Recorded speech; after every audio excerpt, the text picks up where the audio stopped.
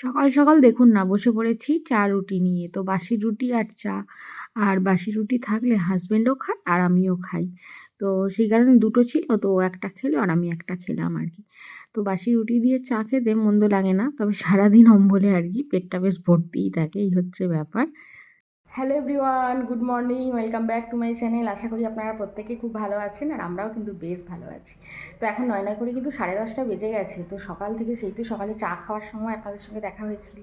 তো আর আপনাদের সামনে আসতে পারিনি, কারণ রান্নাবান্না করলাম, হাজব্যান্ডের বেরোনো আছে, তো সেই কারণে তাড়াহুড়ো পড়ে গিয়েছিল। তো যার জন্য মানে আর ভিডিও করাও হয়ে ওঠেনি আর কি। তো যাই হোক, এখন রান্নাবান্না বাঁধাকপির পকোড়া করলাম, ছেলেটা ভালোবাসে খেতে। তো যাই হোক করলাম, ওই বড়ার মতোই করে দিয়েছি, অত পকোড়ার অত এই হ্যানা ত্যানা এসব দিয়ে নয়, বেসন দিয়ে একটু পেঁয়াজ টেঁয়াজ দিয়ে, পেঁয়াজ লঙ্কা দিয়ে বাঁধাকপিটাকে একটু একদম ঝিরিঝিরি করে গ্রেট করার মতো কেটেছি, কেটে ওইভাবে করে দিয়েছি। তো যাই হোক, আমার ছেলে ওতেই সন্তুষ্ট।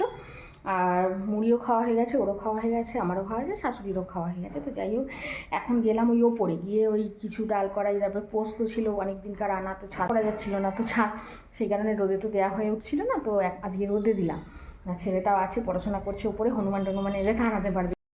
তো আজকে বানাবো ওই একটু পাটিসাপটা পিঠে আর একটু সরু চাকলি। তো এবার যাওয়ার পথে এখন একটু পিঠে খেয়ে নিই তাড়াতাড়ি করে, তো না হলে আর গরম পড়ে গেলে তো আর পিঠে খাওয়া যাবে না। তো যাই হোক, এগুলো ভালোভাবে ধুয়ে নিয়ে এখন একটু জলে ভিজিয়ে দিই।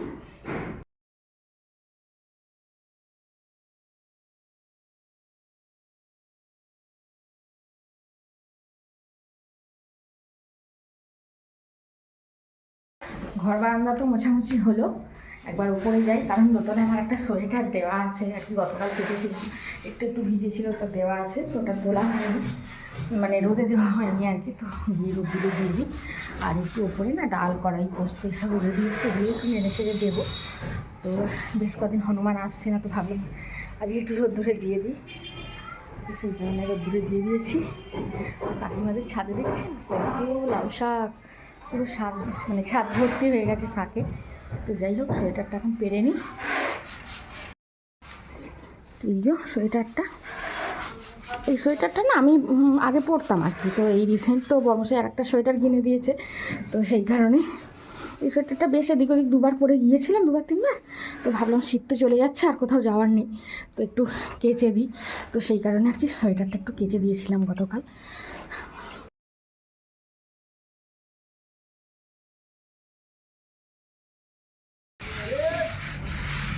তো ডাল কড়াইগুলো একটু রোদ্দুরে দিয়ে দিই, ছোলার ডাল, ছোলার ডালটাই আমাদের খাওয়া হয়।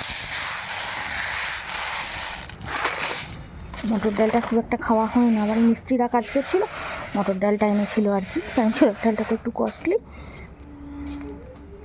মটর ডালটাও আছে, দেখি আগামীকাল রোদ্দুরে দেবো। পাটকা এখনও পর্যন্ত লাগেনি, ঠিকই আছে মোটামুটি।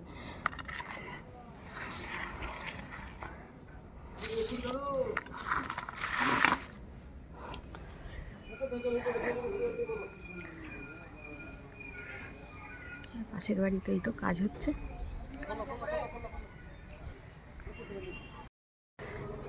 আর এই তো নিচে যাওয়ার সিঁড়ি, আর এখান দিয়ে এই দেখুন একটা, এখানে একটা চাতাল মতো করা হয়েছে। পরবর্তীকালে শাশুড়ি মা যতদিন আছেন নিচেই থাকবে, আমার ঠাকুর তো যত, মানে তারপরে আর কি, এখন রেডি করতে অনেক সময় লেগে যাবে, এখন তো রেডি করতে পারবো না। তো যাই হোক, যখন রেডি হবে তারপরে পরে আর কি ঠাকুর ভাবছি এখানে আমার রাখবো আর কি। তো এই জায়গাটা সিঁড়িটা রেলিং দিয়ে দেবে, আর এই যে সামনে এই জায়গাটা ফ্রন্টটা আর কি ফাঁকা আছে, তো এইখানটাও আর কি, এই যে জায়গাটা আর কি দেখতে পাচ্ছেন, এই যে জায়গাটা এখানটাও রেলিং দিয়ে দেওয়া হবে। তো ভালোই হবে, আমার ঠাকুর রাখার এখানে সুবিধা হবে, আর রোদ্দুরও ঢুকবে এখানে, যেহেতু একটা জানালা করা আছে, এই যে একটা জানালা করা আছে, যেহেতু রোদ্দুর ঢুকতে পারবে, কোনো সমস্যা হবে না। আর এটা হচ্ছে আমার 3তলার রুম, এই যে 3তলার রুমটাও না দোতলার রুমের মতোই করা হয়েছে, এদিকে একটা বারান্দা রাখা হয়েছে।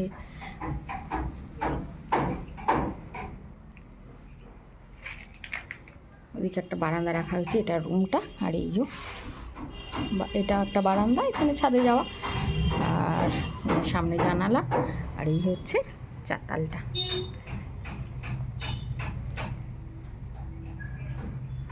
তো আপনাদের দেখিয়ে দিলাম 3তলার রুমটা আমার, কিন্তু কথা হচ্ছে প্রচুর পেরেক পড়ে আছে, এগুলো বরংশই বলে গেছে যে সময় পেলে কুড়াবে। তো ভাবছি মুড়ি তুলতে হবে, ড্রামে মুড়ি খালি হয়ে গেছে, তো ওটা ভরবো, কারণ এদের ঢালাই হয়ে গেলেই আমাদের এই ঢালাইয়ের কাঠ খুলবে, মিস্ত্রি লাগবে। তারপরে যে 4তলায় ওঠার যে সিঁড়িটা তৈরি করা হয়েছে ওটার আর কি রেলিং করবে।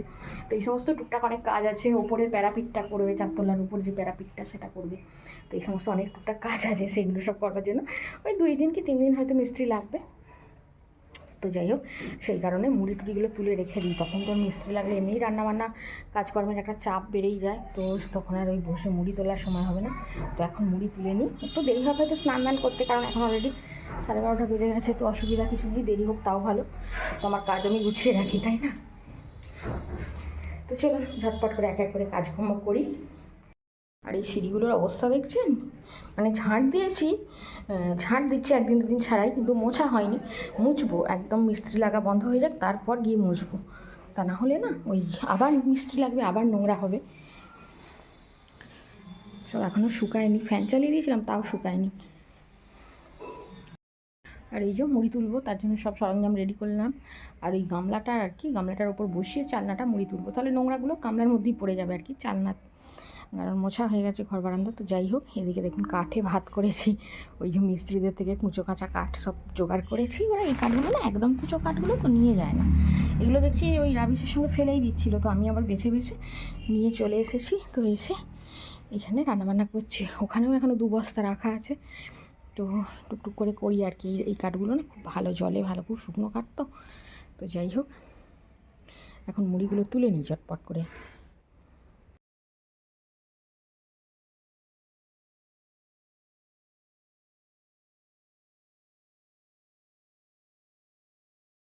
আর এদিকে মুড়িগুলো তোলার পর ছেলেকেও খেতে দিলাম, ওদিকে শাশুড়িকে খেতে দিলাম। তো ভাবলাম নিজেও দুটো খেয়ে নিই, তারপরেই না হয় স্নান দান করবো। তো সেই কারণে নিজেরও ভাত বেড়ে নিয়ে চলে এসেছি। আর ছেলে আমার ওদিকে এখনও স্নান করে উঠতে পারেনি, ও চুল কাটতে গিয়েছিল, তো সেই জন্য স্নান দান করতে একটু দেরি হচ্ছে।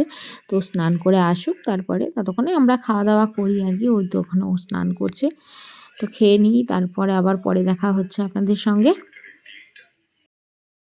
হ্যালো ফ্রেন্ডস, এখন সময় হচ্ছে 3:20, আর এখন স্নান দান করে ছাদে এসেছি। এসেই তো সব কাপড় জামাগুলো একটু মেলে দিলাম, আর শুকনো যেগুলো সেগুলো আবার নিচে রেখে আসলাম।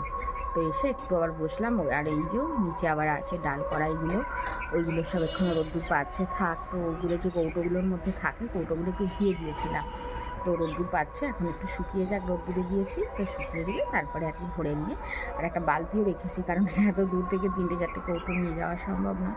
এতটা উপর থেকে বালতির মধ্যে ভরে নিয়ে চলে যাবো আর কি। স্নান করতেই না আমার 2:30টা বেজেই গেল। আর সংসারে কাজ কম থাকে বলুন না, কাজকর্ম সব কিছু আছে, তার মধ্যে আবার তো বিকেলের দিকেও একটু সময় পাই, তখন আবার ওই বাচ্চাটাকে পড়াই, এই হচ্ছে ব্যাপার। তো বিগত ওই 8-9 মাস মতো পড়াচ্ছি।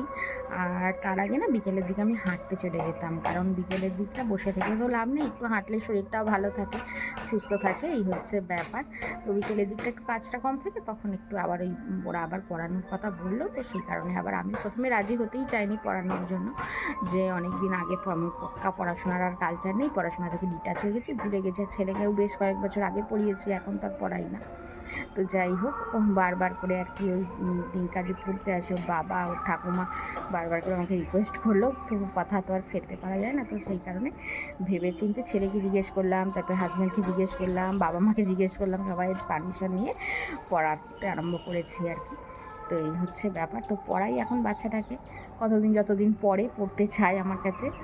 তো ডালগুলো বেটে রাখবো, কারণ চাল ডালগুলো বেটে না রাখলে সন্ধ্যাবেলা পড়িয়ে উঠতেই 6:30 বেজে যাবে, তারপরে আর বেটে আবার ওই তৈরি করার আর এনার্জি থাকবে না। তো ভাবছি একটু পরে নিচে চলে যাব, চুলটা শুকিয়ে গেলে তারপর গিয়ে চটপট করে বেটে নিয়ে তারপর পড়াতে বসবো। এখন এখানে বসি। সময় হচ্ছে 5:10। তো ছাদ থেকে নেমে পড়েছি অনেকক্ষণ আগেই। তো নেবে না ওই মিক্সিতে ওই ইয়েটা করছিলাম, চাল বাটছিলাম, কিন্তু ডালটা জাস্ট বেটেছি, মুগ ডালটা বেটেছি, আর ওই এটা বেটেছি, বিউলির ডালটা বেটেছি। তো বাটার পর চালটা যেমনি বাটতে গেলাম, বাস একটুখানি চলতে মিক্সি বন্ধ হয়ে গেল, আর কোনো মতেই চালাতে পারলাম না। তো দেখি এবার পড়াতে বসবো, পড়তে এখনও আসেনি, তো পড়াতে বসি, তারপর যদি বর্মশাই এসে যায় ওকে বলবো একটু ঠিকঠাক করে দিতে। তো এর আগে একবার হয়েছিল এরকম, ও ঠিক করে দিয়েছিল, আবার চলতে শুরু করেছিল। তো দেখা যাক এবারে আবার কি হয়। আমি ভেবেছিলাম যে চাল ডালটা বেটে রেখে দেবো আর কি, তারপরে পরিয়ে উঠে তা চটপট করে হয়ে যাবে তাহলে। কিন্তু এক ভাবলাম আর এক হয়ে গেল। তো কি আর করা যাবে, ও এখনো পড়তে আসেনি, তো সেই কারণে ভাবছি যে কাপড় জামাগুলো গুছিয়ে নিই। অনেক কটা কাপড় জামা আছে।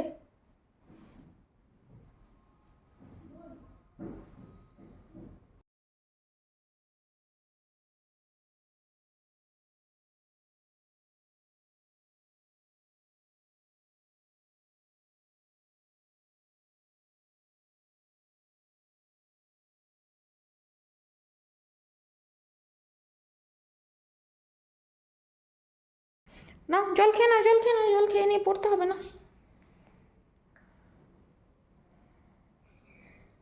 স্কুলে গিয়েছিলে? খেতে দাও। ও আজ এই স্কুলে খাওয়া ছিল না, সরস্বতী পুজো। ও মা আর তুমি, বাহ, পড়া হয়নি আজকে তাই তো? নাও, মানে ওই সাইডে রেখে দাও জলের গ্লাস। হ্যাঁ একদম টেবিলে নিচে চেয়ারের নিচে পড়ে দাও, নাহলে হাত লেগে পড়ে যাবে সোনা। নাও বই বার করো। হাত তো ভিজেই গেছে। আজকে স্কুলে তাহলে কি খাওয়া হলো রিঙ্কা? লুচি, আলুর দম, আর ফ্রাইড রাইস, ফ্রাইড রাইস আর কি চিলি পনির নাকি, তাহলে ফুলকপি পনির না চিকেন? ফ্রাইড রাইস, আলুর দম, ওই দুটো আগে খেয়েছি। খেয়ে তারপর ফ্রাইড রাইস আলুর দম দিয়ে খেয়েছি। ও বাহ, তারপর ভেতর চাটনি পাঁপড় মিষ্টি, তা তো বিশাল ব্যাপার হয়ে যায় স্কুলে। চাটনিটা খেয়েছি। এই তো এখানে সরু চাকালির গুলুনিটা অবশেষে তৈরি করতে পেরেছি। যাক, মিক্সিটা একটু করতেই, নিচের যে বটমটা থাকে ওটা প্রেস করে কিছুক্ষণ করতেই দেখলাম হয়ে গেল। আর এখানে এই তো পাটিসাপটার ব্যাটারটা এখনও হয়তো রেডি হয়নি, তো এটা এখনও মাখাচ্ছি।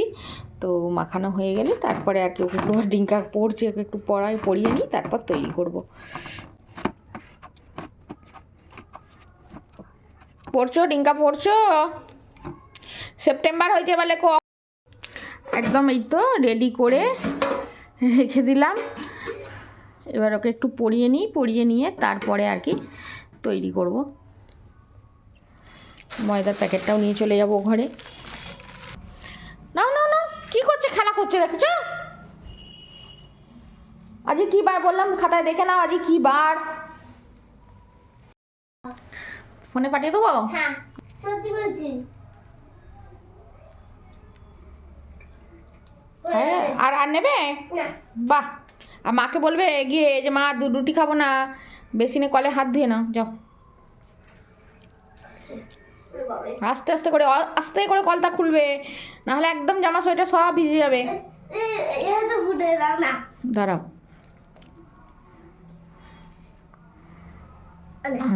আস্তে করে কল খুলে হাত ধো না।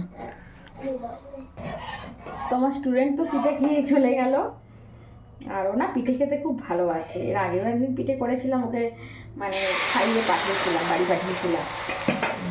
সেদিন ছিল পুলি পিঠে, আর আজকে করেছি সরু চাকলি। আর পাটিসাপটাটা এখনও হয়ে ওঠেনি, সরু চাকলি করে তারপর পাটিসাপটা করবো। কিন্তু তার আগেই ও বাড়ি চলে যাবে, যেহেতু ছোটো ছেলে, ওকে সরু চাকলি খাইয়ে পাঠিয়ে দিলাম। আর ও পিঠে খেতে খুব ভালোবাসে, এইটুকু ছেলে খুব পিঠে খায়। তো আমার উৎসব তো একটাও পিঠে খেতে চায় না, তো ও তবু খায়।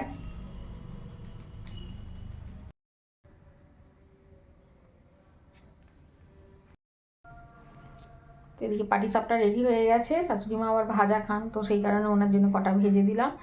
আর আমরা কিন্তু ভাজা খাই না, আমরা এমনি প্লেন, মানে আমরা বলতে গিয়ে আমি যেমন তেমন, আমার তো কোনো সমস্যা নেই, ছেলে আমার ভাজা খেতে চায় না।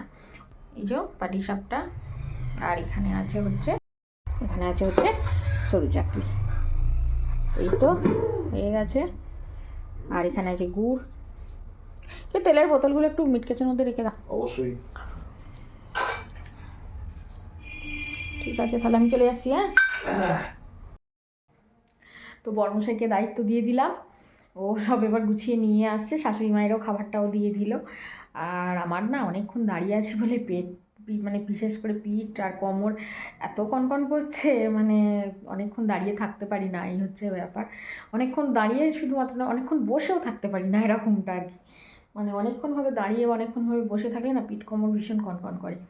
তো যাই হোক, এবার ও নিয়ে আসুক, আমি এবার একটু রেস্ট করি, বসি। তো আজকের পর্ব এখানেই শেষ করছি। আপনারা সবাই খুব ভালো থাকবেন, সুস্থ থাকবেন, অলওয়েজ হ্যাপি থাকবেন, আর আমাকে মনে রাখবেন, আমার ভিডিওর সাথে থাকবেন। আজকের মতো আসছি, টাটা, গুড নাইট।